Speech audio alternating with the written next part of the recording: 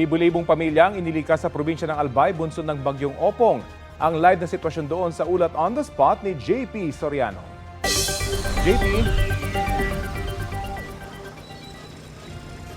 Rafi, bukod sa ilang puno na tumumba sa ilang bahagi ng bayan dito sa Ginubatan at sa isa pang bayan sa Mayligaw ay sa kabutihang palad, Rafi, wala namang mapaminsalang epekto ang bagyong Opong dito sa probinsya ng Albay. Gayunpaman, sinamantala pa rin ng mga otoridad sa Daraga, Albay, ang pagkakataong ito para putulin yung ilang sanga ng puno na nakalitaw na at nagbabantang mahulog para sakaling sumama na naman ang panahon, hindi na nga ito magdulot ng anumang problema. Sa pinakalatest na advisory mula sa Albay Public Safety and Emergency Management Office, wala pong naiulat na matinding pagbaha at pag-agos ng lahar.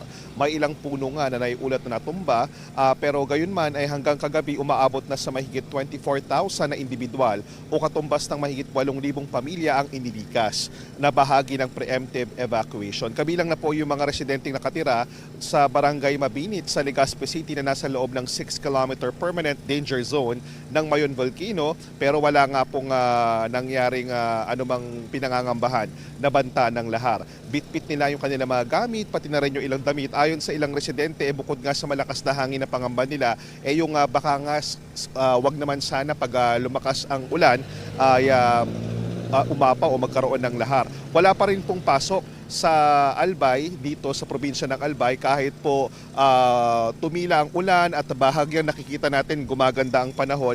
Aabot po sa 136 rolling cargos ang stranded sa Pio Duran Port, sa Pio Duran Albay, dahil hindi pa rin makabiyahe dahil para matiyak na wala nga pong anumang sakunang magaganap dahil nga nasa Pilipinas pa rin ang bagyong Opong. At yan muna ang latest. Balik muna sa iyo, Rafi. Maraming salamat, JP Soriano.